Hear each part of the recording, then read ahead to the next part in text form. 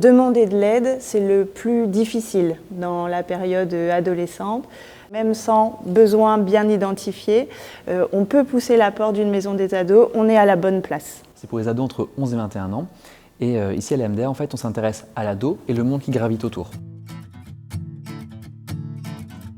L'adolescence est une période de vie où se mêlent vulnérabilité et opportunité. Donc il y a un tas de facteurs qui font que les adolescents ont moins de ressources. Et en même temps, ce qu'on a analysé depuis 2020 au sein de l'agence, c'est que un certain nombre de sujets sont montés, les problématiques de violence, les problématiques de mal-être. Et la maison des ados va favoriser le lien pour justement permettre d'accéder à un parcours, pour permettre de lever tous ces freins et finalement d'améliorer sa trajectoire de vie. Ce sont des structures, on en a 9 dans la région, réparties sur 10 sites, plus une offre mobile et une offre avec des antennes. Et c'est un dispositif qui permet à tout jeune de pousser la porte et de faire part des interrogations. Tous les ados sont légitimes à venir ici. On n'a pas de critères de gravité. On va avoir des problématiques scolaires, notamment tout ce qui est violence, tout ce qui est harcèlement scolaire. On va avoir des ados qui ne savent pas quoi faire plus tard, donc des difficultés de projection. Je pense notamment après le bac.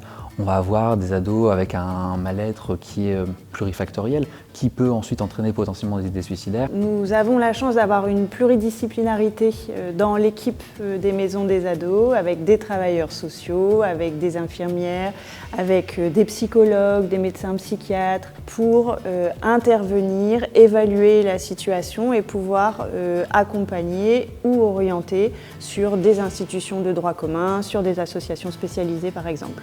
On a vraiment ce double regard avec les collègues qui est vraiment intéressant. Je parle des infirmières, mais c'est pareil avec les collègues psychologues ou encore psychiatres. On est vraiment une grande équipe qui permet de faire en fait un accompagnement qui est vraiment spécifique à la demande et aux besoins de l'ado. Les parents peuvent aussi venir en disant voilà, on est parents d'un ou d'une ado de cet âge-là, on est en difficulté, nous on peut aussi rencontrer les parents. On fait de l'accompagnement, mais on fait aussi de la prévention et de la sensibilisation. Donc on fait de la prévention pour les ados, donc on parle d'éducation à la vie relationnelle, affective et sexuelle. On va parler ce qu'on appelle l'identité numérique, c'est Internet, c'est ses dangers mais aussi ses bienfaits. On va aussi parler du mieux vivre ensemble, un petit peu des différentes violences. On va parler des mêmes sujets avec les pros, ce qu'on appelle une sensibilisation mais d'une autre façon. Et s'ajoute à ça la mission de réseau, parce que du coup on a vraiment une grosse mission d'orientation sur toute la métropole. Aujourd'hui nous avons une demande très importante en maison des ados, du fait du contexte. La dotation que l'ARS a consacrée aux maisons des ados est passée de 1 million à 2,5 millions entre 2020 et 2024.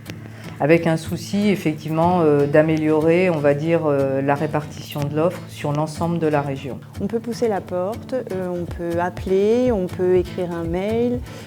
Tous les moyens sont bons pour s'adresser à une maison des ados. Ce qui nous intéresse, c'est vraiment de connaître l'ado dans sa globalité, plutôt que uniquement ce qui ne va pas.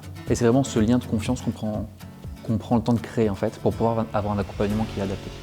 Ça va être des ados parfois qui reviennent quelques mois plus tard pour nous dire bonjour en disant ça va beaucoup mieux, j'ai réussi avec mes parents, ça s'est apaisé, on a réussi à se dire les choses.